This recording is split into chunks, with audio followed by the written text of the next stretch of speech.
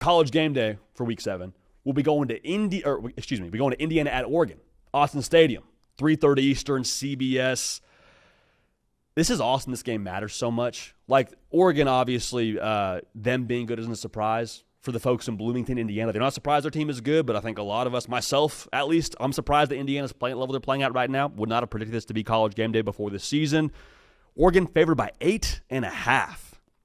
From what we've seen from Indiana this year, man, I don't think that they're like all that outmatched when it comes to what that spread is. Like I think the logos tell you, oh, Oregon, the Nike money, what Dan Lanning's recruited, the portal rankings, all those things. Like Oregon's got to have the far and away better roster, right?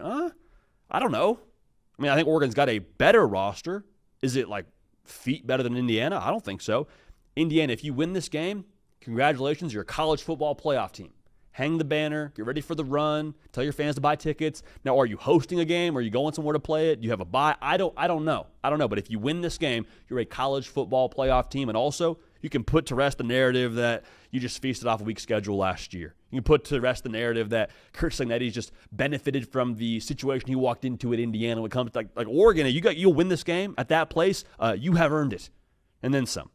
Question for Oregon in this spot, how do you reset? Kind of a theme across the board in college football this weekend, but how do you reset? Because last year's team was so special because they beat Ohio State in that spot. They won the Ohio State game, and then there was no letdown from there.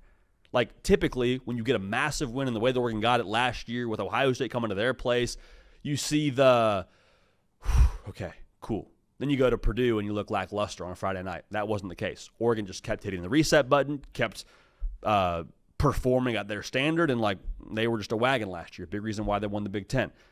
Last year's team, though, is not this year's team.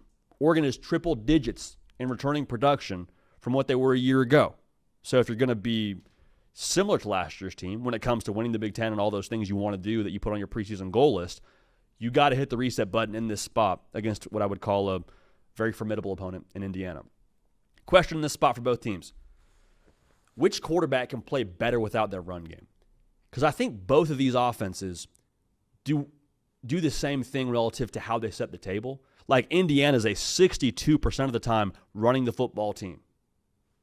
Kind of jarring when you think about Fernando Mendoza and Surratt and all the weapons they have. Like they want to be a team that punches you in the mouth from the jump. A little bit of inside zone action, a little bit of misdirection action. But for the most part, it's like, no, we want to set the table running the football. And then once you overcommit, hit the shots downfield. So it's the extension of the run game as well they utilize on the perimeter.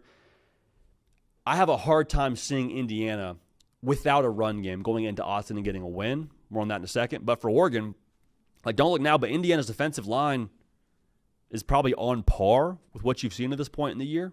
Like Penn State's the best front seven, you would argue, you've seen this year. But like Indiana, top 2 right now in America in tackles for a loss, top 10 in sacks. Indiana up front is going to bring it to Austin. Like that physicality will travel. If you were questioning the Indiana ability to run the football in this spot, I don't think you're wrong. But I would say the filter on this that I'm watching for Indiana, they averaged 4 yards a carry against Iowa. Now, Iowa's not much to write home about offensively right now, but at the very end of the day, like they will play the run game as tough as most teams in college football. So the fact they got 4 yards a carry there makes this a very intriguing matchup. Like it's going to be aggression on aggression in the trenches. Believe you me. Do we see Dante Moore rattled for the first time in his Oregon career with that defensive front?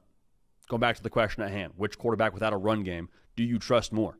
Fernando Mendoza is the more experienced player. A couple years at Cal. He's actually been to Oregon before being the quarterback at Cal. Didn't go great. Does Dante Moore, without a run game, with the game on his shoulders, maybe have an uncharacteristic mistake or two? Do we see him maybe reading the tweets a little bit too much and he's pressing, and then we see Indiana in the game and it's like, whoa, hang on now. Hang on, this is not the Oregon team we saw against Penn State. It's not the Dante Moore we saw against Penn State. They took away the run game. Like Dante Moore didn't look how we expected him to look. Now, I'd be surprised if that were the case, but that's why they play the games. I can't wait to see the Will Stein game plan of this one. I think that with a full bye week now to cook a little bit, you'll see some new things from the Oregon offense.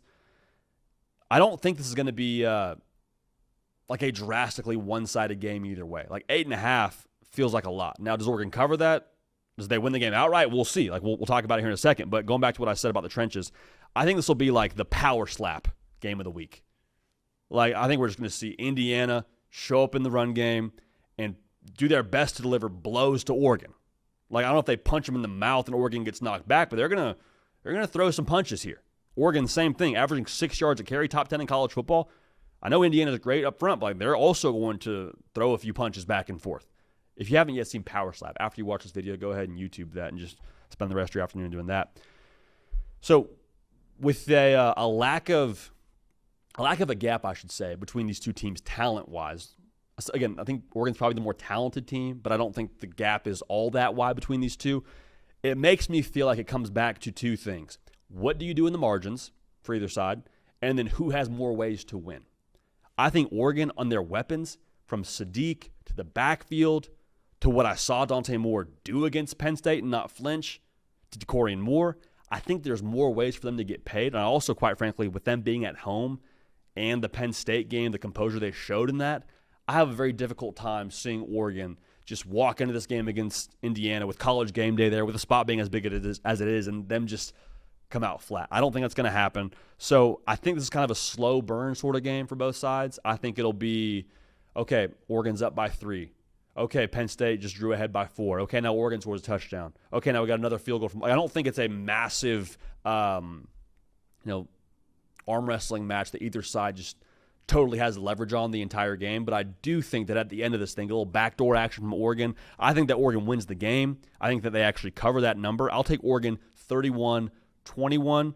No massive, lean either way when it comes to who's going to just control it. I don't think any side controls this game, but I do think ultimately Oregon finds a way to make enough plays, especially in the second half. Oregon wins, Oregon covers. Final score 31-21. Ducks stay unbeaten, doing so at the crib.